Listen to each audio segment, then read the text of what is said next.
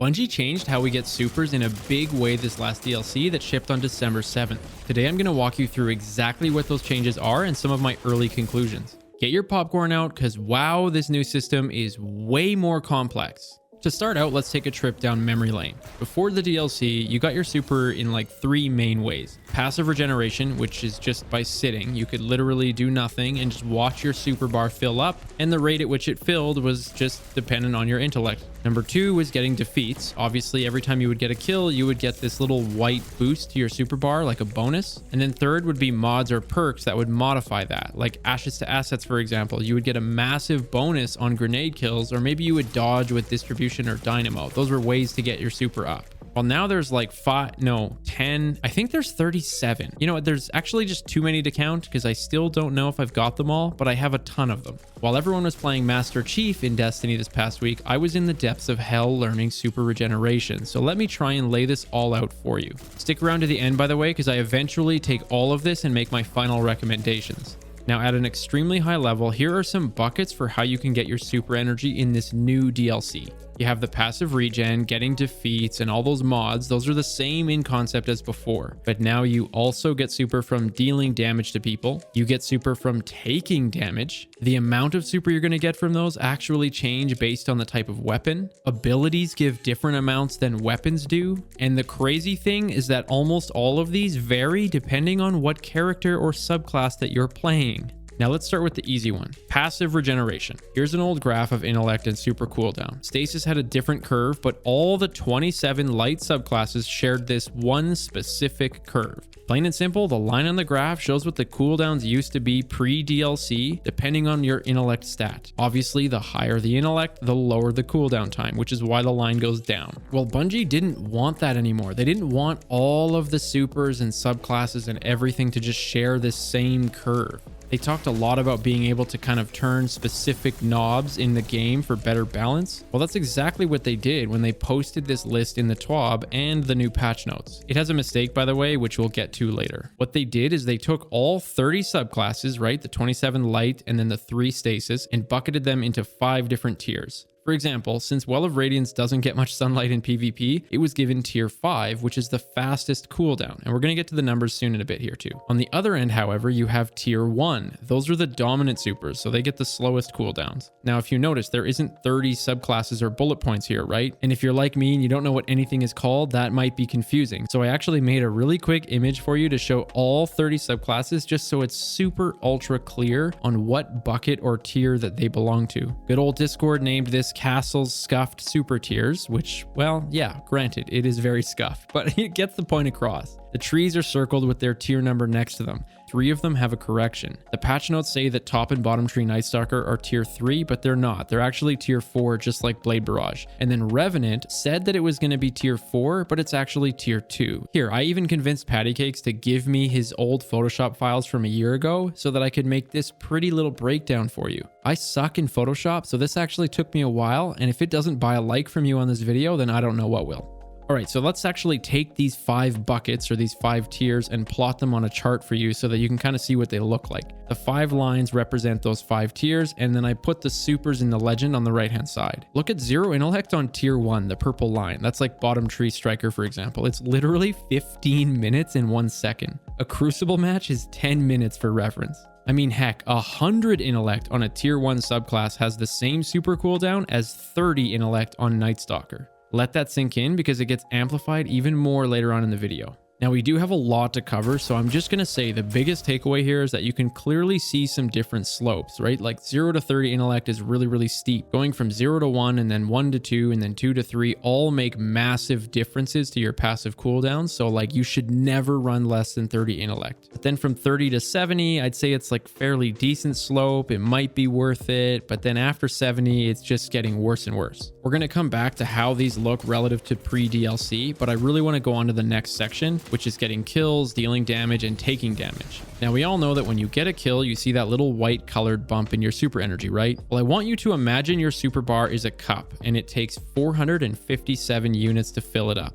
In the past, getting a kill would give you 15 units out of those 457. It didn't matter what kind of kill, primary, special, ability, you name it, it would just give you 15 units of boost to your super bar. Now, post DLC, getting a kill only gives you 10 units out of those 457. What that means is Bungie essentially cut that boost down from 15 to 10, which was for a very good reason, and it'll make sense a little bit later. Just to clarify, if anyone is wondering, I confirmed every single type of kill gives the same boost. As long as there's no funky mods or perks involved, you could use a sniper or an SMG, it doesn't matter, it's going to give 10 units of super.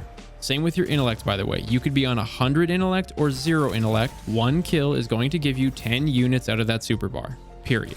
Now that's just the bonus for actually getting the defeat though. The really complex part comes down to the damage. I want you to think back to that white little boost on your super bar when you get that kill. Well, now imagine every single time you're dealing damage, you're getting these little micro boosts. They're not white or easy to measure, but they're just constantly happening while you're in engagements. This was an absolute agony to test with confidence, but with the help of some incredible Discord folks, we got a lot of data for some really large sample sizes, and I think I've figured it all out. Remember how I said that white little boost was 10 units from a kill? Well, if you deal roughly 400 damage, you'll get 10 units worth just from that. No defeat, no assist, nothing. Just by dealing damage, you will get super. And if you deal enough, in this case 400, it would be the equivalent of getting those same 10 units. It doesn't matter if it's headshot damage or body shot damage, it's just flat damage. I think this is why they brought that kill bonus down from 15 to 10, because think of it this way. Let's say your opponent is running 6 resil, that's 192 health. Well, when you kill them, you're gonna get the 10 units bonus like I talked about earlier, but then you also dealt 192 damage, right? So you're gonna get some extra super by dealing 192 damage. Now here's where damage and kills are a little bit different.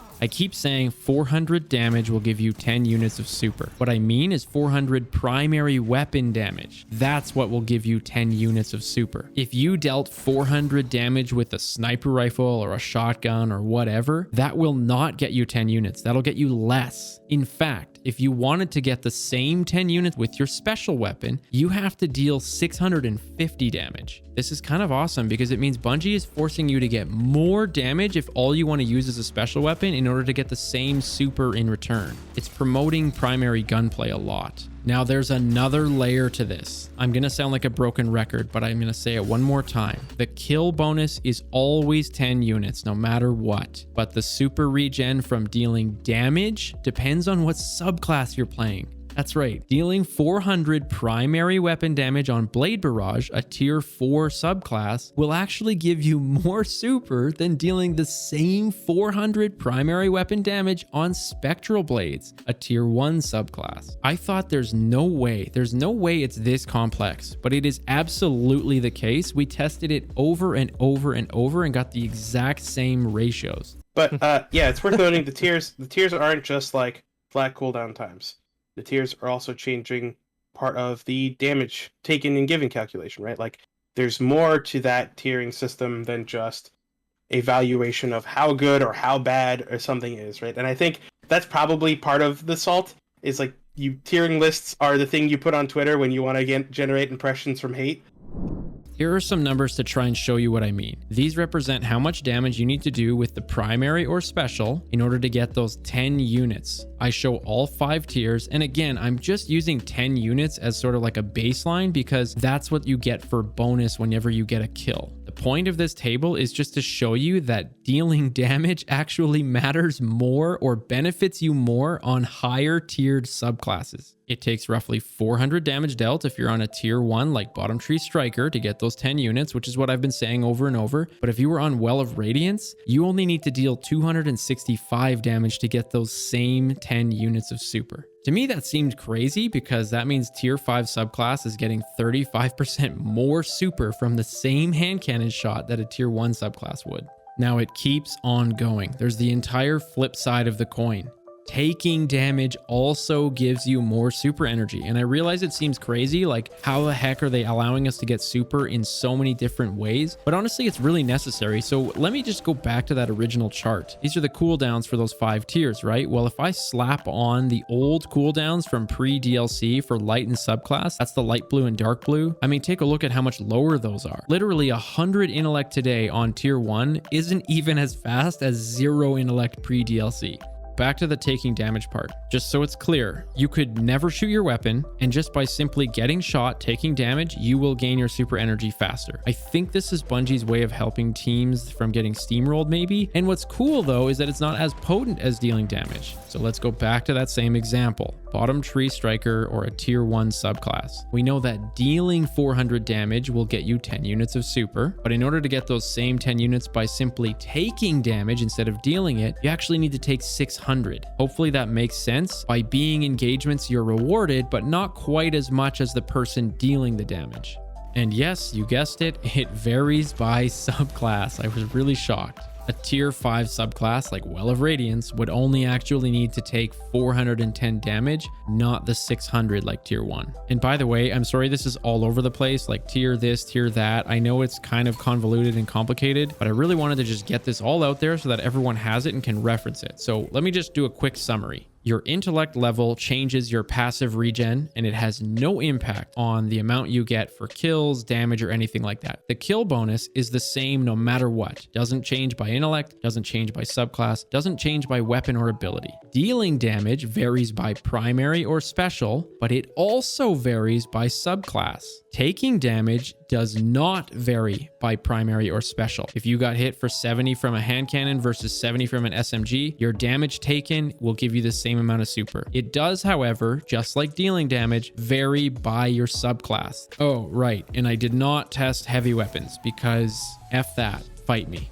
All right, now just before the recommendations section, I did test all of the mods. The kill bonus on Thresh is 13 units, but it was a bit of a pain to measure. Essentially, compare that back to that baseline 10 units from a standard kill. I think it's like roughly 30% more, but still less than pre-DLC. Hands-on does not work in PvP. Please, for the love of God, stop using that mod in PvP. Ashes to assets is enormous. It was before, it still is. It literally gives over 30 units, so for comparison, that's triple what a regular kill would get. I am a little bit concerned about the flux nade maybe, but we'll see how that plays out. I kind of like my targeting mods. Distribution gives about half of a kill, so honestly not bad. Might be the play sometimes. Dynamo is similar, and just again remember that stacking one another has diminishing returns, but we did test just for fun what double distribution plus double dynamo would give you, like 2 on the helmet and 2 on the a single dodge with all of those 4 will actually give you more than a kill, but it's really not practical in my mind. Whisper of Bonds is pretty huge. It doubles the value of the kill. For those that aren't aware, that's just a fragment with stasis, but I still don't think it's worth it. Even though it's improved in the new system, it's still like they need to be frozen, and it's an X for me. Now, does that cover it? We went through passive regen, getting kills, all of the mods, taking damage, dealing damage, the changes from weapon types when you're dealing that damage, the abilities. Right, did I mention that? I don't think I did. When you deal damage with an ability, it's amazing. Like Bungie almost made it completely irrelevant to your super. Remember how I said like 400 damage of primary weapon would give you 10 units of super? You have to deal like over 1,000 worth of damage if you're using abilities in order to get that same amount of super back. It's super, super awesome. I think we're ready to just go on to the recommendation and conclusion part.